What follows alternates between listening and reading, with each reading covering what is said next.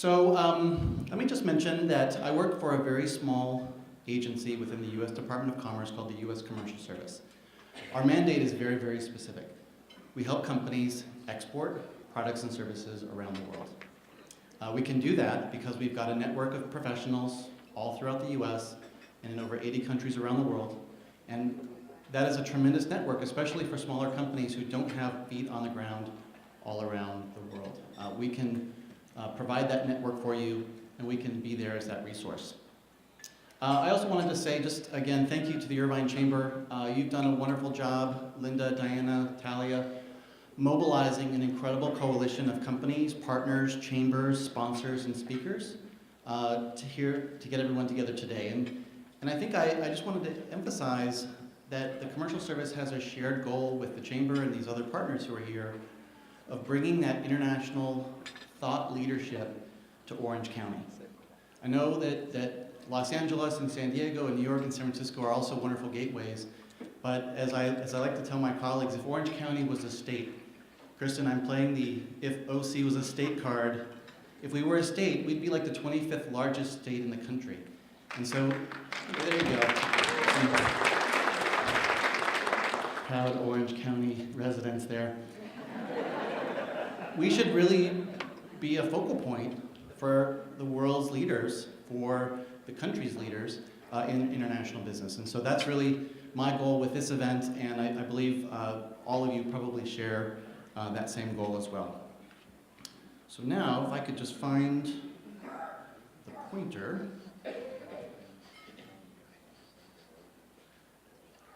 So that's just a quick glimpse of where my organization is located. You can see we're all over the world. And so if you're looking for access to new markets, we're one of those resources. I like to say, if you're ready to get on the plane, you're looking for partners, you're looking to set up new sales channels, you're ready to talk to us. But if you're not quite ready to get on the plane, you need to do your homework. As Tracy from UPS says, you've got to do your homework, you've got to do your due diligence, you've got to do the research. Luckily, we've got an incredible group of partners right here in Orange County and in the greater LA area that do just that. From every stage of exporting, from the very beginning all the way through to working very complicated deals in Hong Kong involving Vietnamese and Cambodian business people. It's all right here in Orange County, and I think many of those partners are right here in this room. There's really no question, trade question, that the folks in this room can't tackle. And so there's tremendous experience for companies that are early stage, or even if you're just breaking into a new market, you need to tap into these resources and don't miss out on those opportunities. So here's one opportunity. Does anybody recognize this city? Yes. What time frame? 23. Early 1990s. Okay? So there we go. When people talk about 95% of consumers are outside of our borders, or 70% of revenues are outside of the US, this is the kind of thing that we're talking about. Incredible growth happening outside of our borders. And if you're not there, it's not just that you're missing the opportunity, but your competitors are getting that opportunity, and they're growing when maybe you might have missed that. So just think about all the infrastructure, the planning, the architecture, the design, within the services, the franchises, the restaurants, the building materials, the food, all the stuff that went in to building and operating a city like Dubai. Those are the opportunities that we're talking about here. And my goal in the Commercial Service is to get more companies to address those opportunities in a smart way, in a responsible, prudent way, but ultimately to get into those opportunities, make money, export products, and then employ people back here in our local community. So, okay, I drew the short straw today for speaking. I was asked to talk about trade data. Yeah, there's some trade nerds in the back. I'm one of them. I should also say, if there are any economists in the room, any economists? Yes. If they were here, I would ask them to step out for some coffee. Because this is probably not the kind of thing that some of my colleagues in that profession would endorse. But here's the thing. Let me start with the big picture, talk about California, and talk about Orange County. I'll try to get into it without getting into the weeds, because I think the speakers who are coming after me have far more interesting things to say about their experiences, about how they solve problems with their international business. So let's try not to get into the weeds too much here. This line in blue is total US exports, including services and merchandise. The red is imports. So for what I do, I really only focus on the blue line. That's the exports. And you can see that for the last 15 years, that blue line has pretty much been going up, except the two gray areas which represent two recent recessions. The Great Recession in 08 or 09, you saw imports and exports decline dramatically, but actually a year or two later, they started to rise pretty dramatically after that. But you'll notice between 2014 and 2015, exports started to drift downward again. And that's one of the reasons why we're all here today. We need to solve that problem immediately, get all the companies who are in this room to start shipping through UPS and get that line going back in the right direction. Now, what is that blue line, what is it made up of? I'll just tell you really quickly. It is made up of services and merchandise. About $716 billion in services exports and about $1.5 trillion in merchandise. But why the decrease? Actually, services increased about 1% last year. It's the merchandise exports, the manufactured goods, that decreased about 7%. And it's not so much that it decreased, that is important, but what's more important is why. And that's really an open question, but I have two or three key components of what I think that decrease is all about. The first is commodity prices. In fact, volumes of a lot of commodities have actually increased, the export volumes have increased, but the prices of a lot of commodities have come down pretty dramatically in the last year.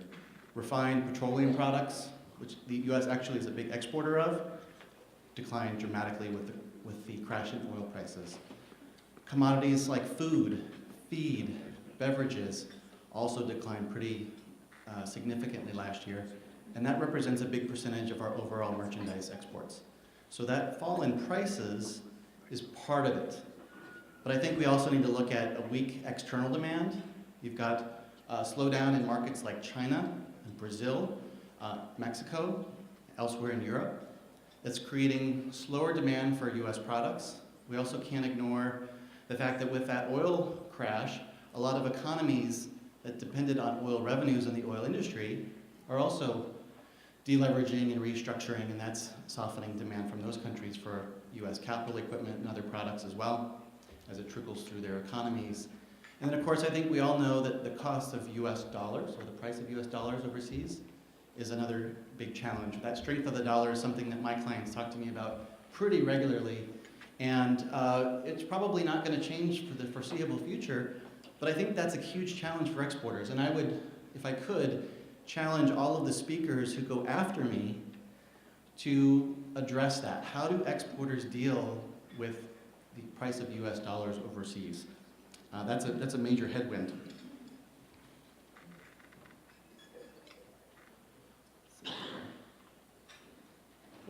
All right, there are some bright spots. I won't go into the slide too greatly, but the fact is you can't just look at the top line numbers. Once you get into trade data, you've got to look at it by country, by product. You could see, you might find that even if the economy in a certain country is really going down, the consumption of your particular product might actually be going up. So let's not pay too much attention to the big top line numbers. The fact is, US exports to over 58 countries increased last year. And 20 of those countries, like the UK and Vietnam and Sri Lanka and others, Nicaragua, actually are at all-time highs for US exports. So it's really country by country, product by product.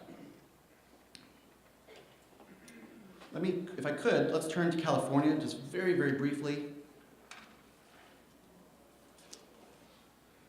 You'll see on the left side of this slide, last couple of years of California exports.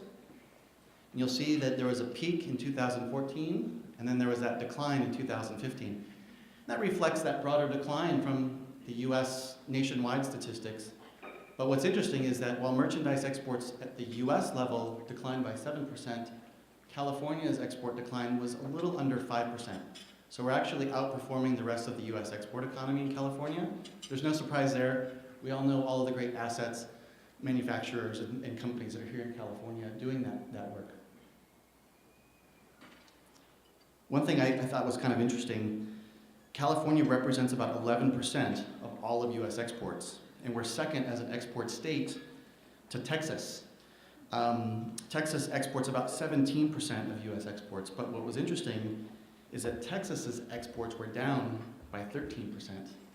That's because they're relying heavily on those commodities, those refined petroleum products and other commodities as part of their trade portfolio.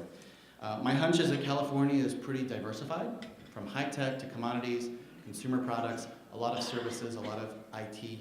So we're pretty spread across the board. That probably has a lot to do with perhaps a little bit less impact on some of those commodity pricing issues. So here we go, turn the page to Orange County. I have to start with a lot of caveats for my economist friends. The reason is we don't have a lot of great data at the Orange County level. We've got it at the national level, we've got it at the state level, but it's very hard to break it out by county. We do have some data, but it trickles about 3 or 4 months later than the rest of the data. We won't see a lot of it until summer of this year. But I just want to give you a couple of key takeaways. The first is that Orange County's exports actually declined last year, 2014 over 2013, and that was a significant decline, 10%. What's strange about that is this is in a year where the rest of the US as well as the state's exports were increasing and hitting all-time highs. So I think if there are any economic planners in Orange County, this would be a very important number to look at. And the reason is because exports in Orange County actually represent 11% of our gross metropolitan product, the economic output of Orange County. 11% is merchandise trade. Companies like Earth Friendly Products are making products in Orange County. They've got manufacturers, or they've got people manufacturing their product in our county. But why are Orange County exports lagging? I think that's a very important economic development question. I'm not going to address it here, but that's something I'd certainly love to talk with everyone about later. Here are Orange County's top export markets. And for me, when I first saw this a year or two ago, it was a little bit surprising because most of my orientation had been toward Asia, but it's actually no surprise that Mexico is our top export market.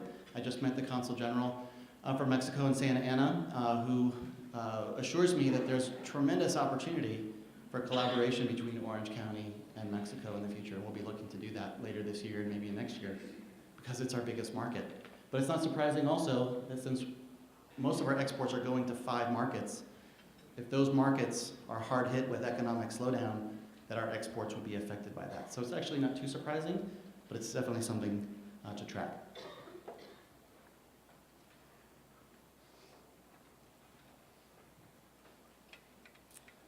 So this is my least favorite slide.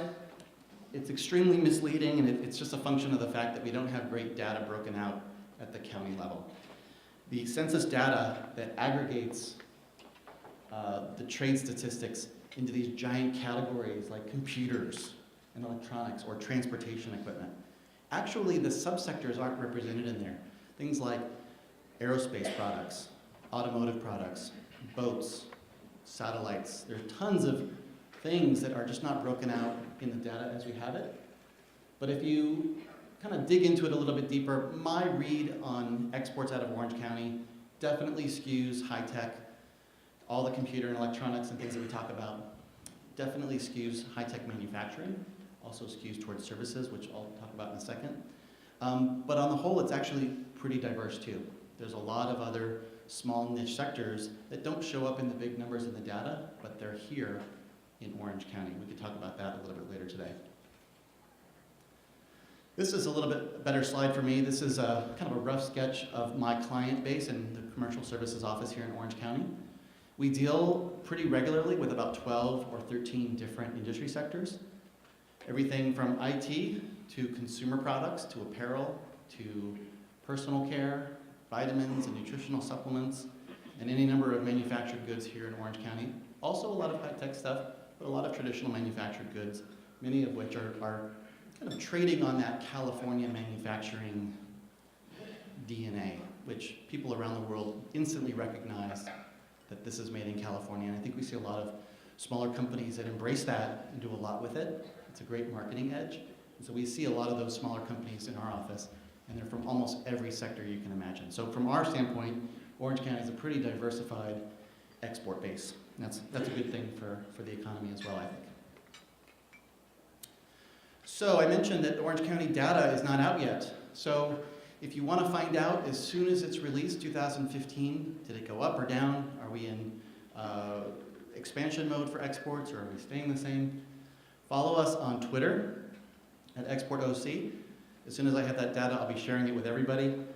But more important, later this year in September, Cal State University at Fullerton is going to do the OC Trade Forecast. This is when the real economists get in front of the microphone and talk about the real data that I think is much more interesting. We're going to do that in September. I think Mike Daniels from the LEAD Small Business Development Center for OC and IE is going to be putting that together. Do make a point of following this information. I think it means a lot for Orange County, where our manufacturing is going, where companies are going. We're intrinsically very international, but sometimes we're kind of hidden, and I think the county as a whole punches well above its weight class, but it's just not widely known. In fact, I was running some more statistics because I like to give my colleagues a little bit of ribbing about how important Orange County is, right? So I mentioned that if Orange County was a state, we'd be like the 25th largest state in the country by economic output. If we look at Orange County's exports, we'd be the 20th largest state by export, just above the entire state of Arizona and just below the entire state of Massachusetts. So Orange County is doing a lot of international. It's sort of obvious. We're in great proximity to the greater LA gateway and all of the ports. We've got great assets. We should definitely be using them. Now, before I turn the microphone over, I just wanted to highlight a couple of key programs that are coming up right here in our local community. And if I could ask the folks who are working on each one to just kind of wave your hand. The first is Export Essentials on June 22nd. Great soup to nuts export training program. Karen Scuncia with the Orange County SBDC. If you're interested in that kind of training, please talk to Karen. We have a $5,000 scholarship opportunity for companies that are ready to export, but need that strategic planning and peer-to-peer process. Elizabeth Glenn from CMTC is here. It's basically a $5,000 grant. Get into the program, and when you export going forward, you can pay it forward into the scholarship fund. So please see Elizabeth. We also have $2,500 STEP grants. Has anybody heard of this? California? The state of California got a grant from the SBA, over $700,000, parceled out to individual companies to help them get to market. I think I saw Paul Smith from the SBA. Make sure you talk to Paul. Also Lynn Stewart from the Centers for International Trade Development of California. If you're looking at marketing expenses, going to a trade show, you want to join one of the California state delegations, here's $2,500 reimbursed to you to help cover your costs. So you need to talk to some of these folks and take advantage of these great resources. My organization is doing a couple of deep dive conferences, one on healthcare in Seattle in September, another on smart cities and how cities and infrastructure are becoming more interconnected with IT and smart solutions. If your business is in that arena, come and talk to us. My colleagues at the U.S. Export Assistance Center would love to talk to you a little bit more about that. And then the last thing, Trans-Pacific Partnership. I really wasn't charged with going into the TPP. It's pretty detailed and it's a pretty weighty topic for 9 o'clock in the morning. But you need to follow this. This is an opportunity for companies reducing 18,000 tariffs for US-made products to the countries that are a part of the TPP. At the very least, you need to look at the analysis that's out there on the internet about how this will affect your industry, and then decide if you support it or not is a whole other thing, but you need to understand it and see how it could impact your business. There are a lot of elements in the TPP that actually are written specifically for small business as well. Sometimes I think small companies think that these things kind of pass them by, but there's actually a lot in there, like reducing bureaucratic red tape so that if you get approval to sell your product in one country, you can sell it to 11 other countries.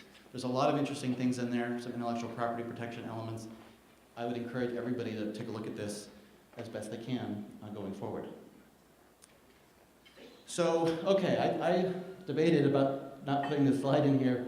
Can everyone see it? It's a horrible slide. It's kind of black and white. Can everyone see that okay? So, we talked about Dubai and that opportunity that if you'd been an architect in Dubai in 1990, you would have been sitting very pretty. You would have had a great opportunity to design that new skyline over the next 25 years. So here's my opportunity that I was looking at 25 years ago. I was into skateboarding. And yeah, that is me. I know it's hard to believe, isn't it? So I had a passion for skateboarding. And I had studied abroad, and I had gone to school in Asia, and I'd taken my skateboard, and here I am skateboarding in Beijing. And I got back to college, and I was talking to my career counselor, and I said, you know, I've got this great idea. I'm going to bring skateboarding to Asia. And my career counselor was like, what do you think about economics or poli-sci? Or is there something else out there that you're interested in? And so, you know, needless to say that I got onto a different track, and I just decided, well, maybe skateboarding, it's not the right time, or maybe this isn't the right lifestyle, and maybe this isn't the right opportunity. So I think you guys know where this is going, right?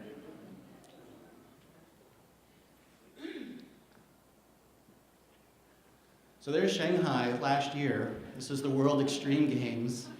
Obviously, skateboarding has become a global industry.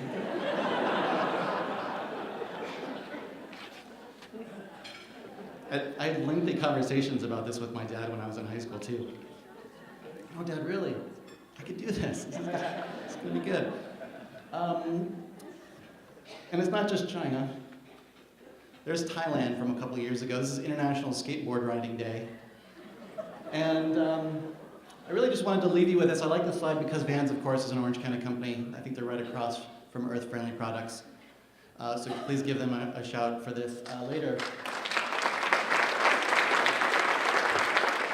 But the message here is you don't know where that global opportunity is going to be. And you need to keep your antenna up, and when you're on top of it, you need to be thoughtful and strategic about embracing it. And there are lots of people in this room. You will need to make your own decision about what you embrace and where you go, but there are a lot of people in this room that can help you get there. So thank you very much.